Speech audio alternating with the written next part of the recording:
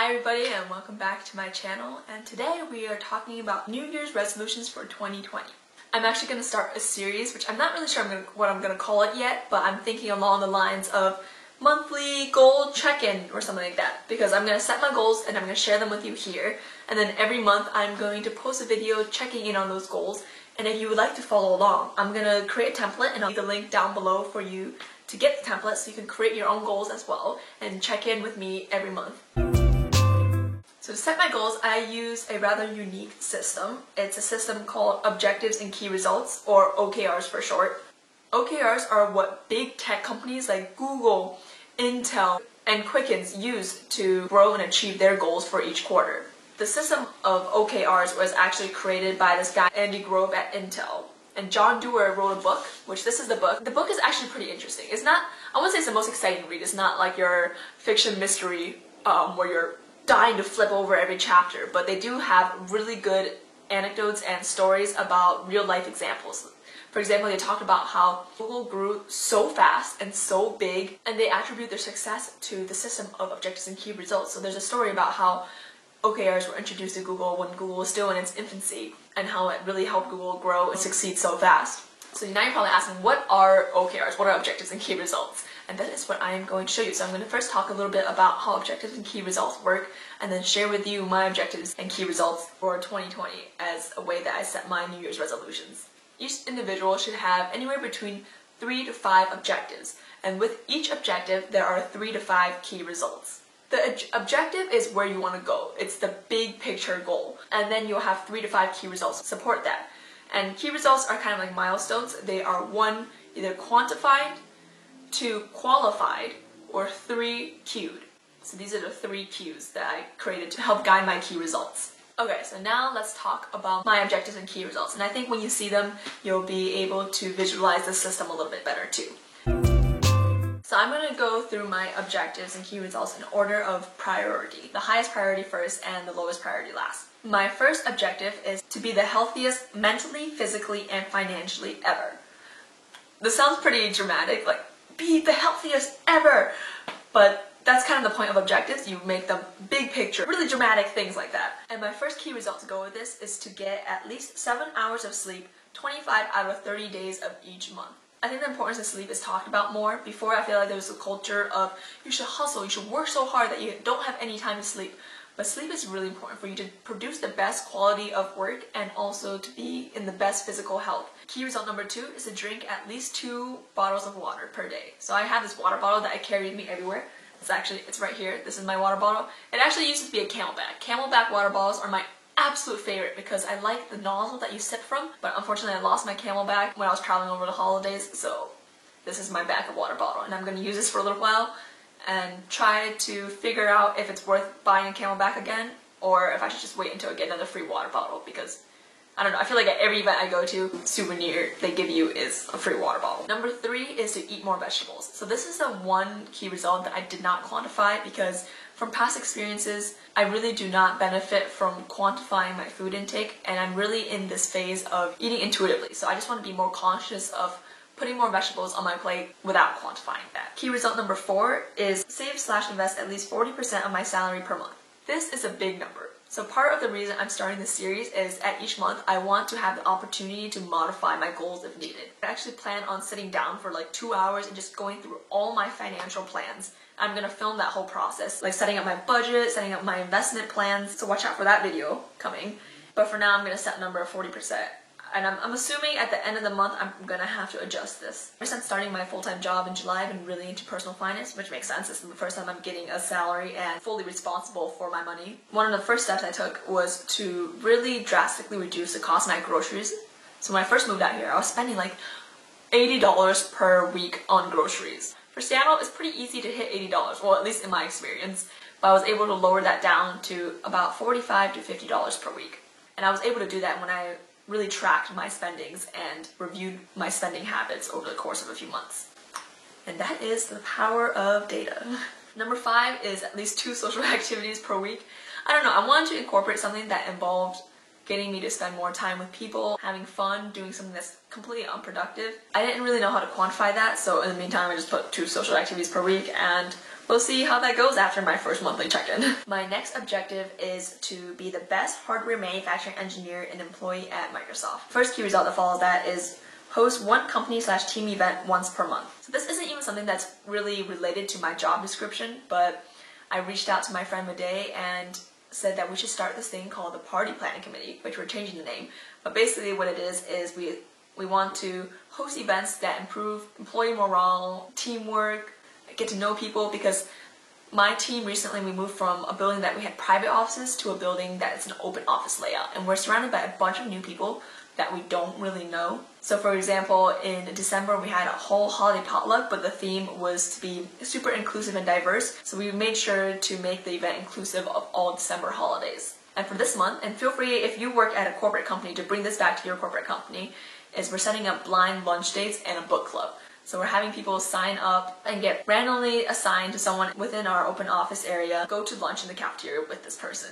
And maybe we'll have like a set of cards that have questions to get the conversation started. The second key result is to improve at least one process per quarter. This is really good advice for people working in a corporate company, that the way to show that you are working above and beyond is to not only complete your everyday tasks, but to look at the bigger picture and be able to improve a process. So I have a few processes that I'm working on right now. These are kind of like products outside of my everyday job description, and I'm hoping to finish at least one per quarter. Next key result is to be promoted by the end of the year. Honestly, I don't really know what's absolutely normal, what the normal rate of being promoted is.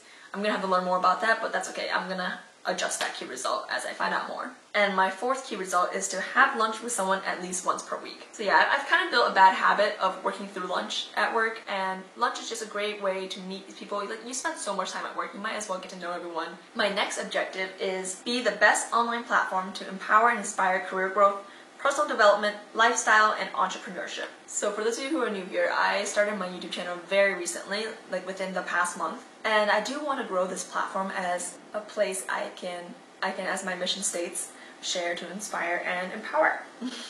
It sounds really corny, I know, but I've always loved teaching and I love creating videos, so YouTube is a perfect platform for me to do that. I also love writing, so I want to start a blog and possibly a podcast. My first key result, it sounds a little superficial to put numbers to growing a YouTube channel, but I think it's good to have a goal to work towards. So my first key result is to get 100 YouTube subscribers by the end of March, to get 500 subscribers by the end of July, and to get 1,000 subscribers by December 1st. If you guys didn't know, in order to get monetized in YouTube, you have to have at least 1,000 subscribers. So that leads me to my second key result, which is to get my YouTube channel monetized by the end of December. My third key result is to post on YouTube 2 times per week, 75% of the time, so 3 out of the 4 weeks in a month. Blog 1 time every 2 weeks, and podcast 1 time every 2 weeks. I haven't even started my blog or podcast yet, so this might kick more in effect in February, because I'm guessing January I'm going to be spending building my blog and podcast. My fourth key result is to design and finalize my branding, which I'm going to make a whole YouTube video on how to brand. I'm actually helping one of my friends with her side hustle on branding, the graphic design, and all that, which I'm keeping on the low right now because I don't know if she wants me to publicly talk about it yet. My fifth key result is to have a personal rating of 4 out of 5 stars on at least 75% YouTube videos per month. So personal rating means when I look back at my videos for the month, I want to rate my videos out of 5 stars and have at least 75% of them be at least 4 stars. And my system, a 5-star video should be pretty hard to obtain. So a 4-star video is a good video. And 1 star would be like, oh god, that was no good. No good. My fourth objective is to launch Zhang Jewelry and a Lulu camera to create an inclusive jewelry company and create environmentally friendly photography. So Zhang Jewelry is the jewelry company that I am working on right now. In high school I actually had a jewelry company before, but that one's mostly on Etsy. So right now I'm starting another jewelry company with my friend Amy, so stay tuned for that. If you go to my channel page, I have a series called Building My Business, which I vlog all the things I do to build all my side businesses, which is the entrepreneurship side of my channel. And a lot more is to come for Zhang Jewelry, so get excited for that. And then a Lulu camera is a little bit more of a technologically advanced project that I'm working on, so it's a little bit slower moving, especially because my team members that I'm working on a Lulu camera with are no longer in the same state as I am. We all moved to separate places after graduating college. But we're still working on it. It's moving slowly, so I'll link all the information to a Lulu camera below. So my first key result is to launch Zane Jewelry by the end of March. My second key result is to pursue one resource or go to one pitch competition per month for a Lulu camera. Because for a Lulu camera right now, the resource that we're lacking is money. We've got our prototype completed, still developing in the meantime because might as well work on it while we're hunting for money. But yeah, the thing we need right now is money to complete the first batch of manufacturing. Key result number 3 is to create a business plan for Zane Jewelry by March. Key result number 4 is to create a business plan for Lulu camera and pitch deck by the 1st of May. Business plan is a report that guides how you design your business, what your financial forecasts are, and some investors require to see your business plan, but honestly creating a business plan is super helpful just to guide you on how you want to design your business. Fifth key result is to standardize or optimize at least 3 processes by June. So a lot of you are probably thinking, wow, that's a lot of work. You're working at a full-time job, you're working on a YouTube channel, and you're working on these side businesses. Which, yes, it is a lot of work, but the benefit of being in engineering, and especially in manufacturing, is you kind of become an expert in optimizing processes. So this key result will be key in order for me to juggle all of this. If I'm able to standardize and automate some of the steps along the way, that'll save me a lot of time. My 5th and final objective is to learn and develop technical and creative skills to be the best engineer and content creator. So my first key result is to take at least 3 classes by the end of the year. And some of the classes I have on top of my mind are like taking an improv comedy class, a cooking class. That was not really related with being the best content creator, but graphic design class, printed circuit board class. These are just some of the classes I can think of on top of mine. There's so many classes I want to take. Key result number 2 is to read at least 1 book per month. I usually read about, I would say 1.5 books per month. I'm always reading 1 fiction book and 1 non-fiction book. And in my monthly check-in, I'll introduce what book I'm reading, and maybe we can start like a mini book club on this platform. Key result number 3 is collect feedback/advice from people at least 2 times per month and document them.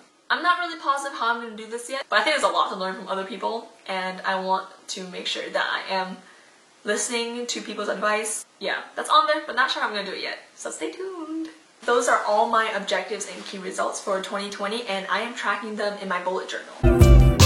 I'm going to create a template for you all and link it in the description down below for you to use for free to create your own objectives and key results, and if you'd like to join me and check in every month on them, that would be a lot of fun. Personally, I put it in my bullet journal because I use my bullet journal religiously, and I know it's something that I always check into and always see. So I set up this easy grid system that has a page for each objective. I put my objective, my key results, and then I have a column for each month throughout the year, and I'm gonna go in and fill them in or not fill them in based on how well I achieve them. And I kind of left a little bit of extra room so that if I wanted to, I can go back in and modify them. I also want to show that I didn't create these goals overnight. Like, it took me a couple of drafts and a couple of hours to finalize these goals. I think I did a total of 3 drafts, and I'm still expecting to have to modify them at the check-in of each month. So actually, when I was first creating them, this is what it looked like in my bullet journal. It was really messy, they're just sticky notes everywhere, and honestly sticky notes are covering other writing that I had behind it. I love bullet journaling. Like, I've used bullet journaling for at least 4, maybe 5 years now, and it's kept me so on track.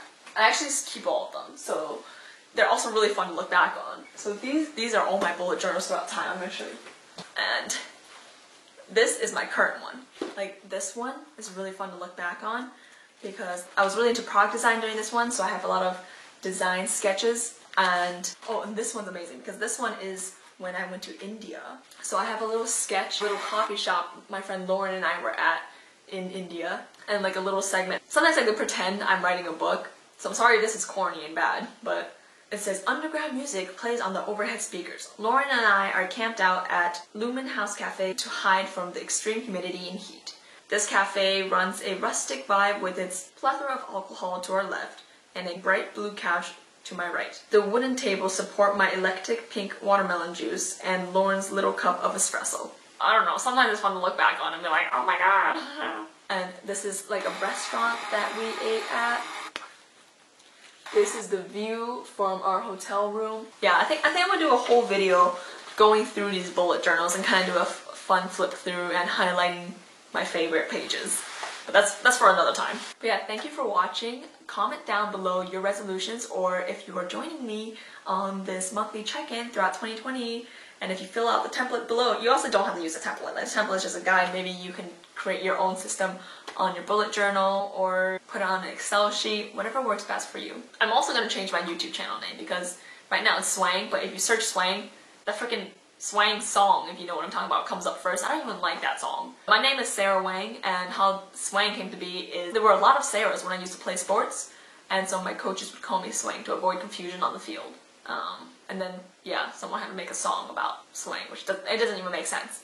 I'm upset. Yeah, so let me know if you have any name ideas. But thank you for watching. Talk to me in the comments below, and I will reply to you for sure. I guarantee it. Alright, that's all for today. Goodbye! Young age, trying to make a bit. Now that I'm up, they all on my dick. And they really own all the, they all really owe all their, they owe the, and they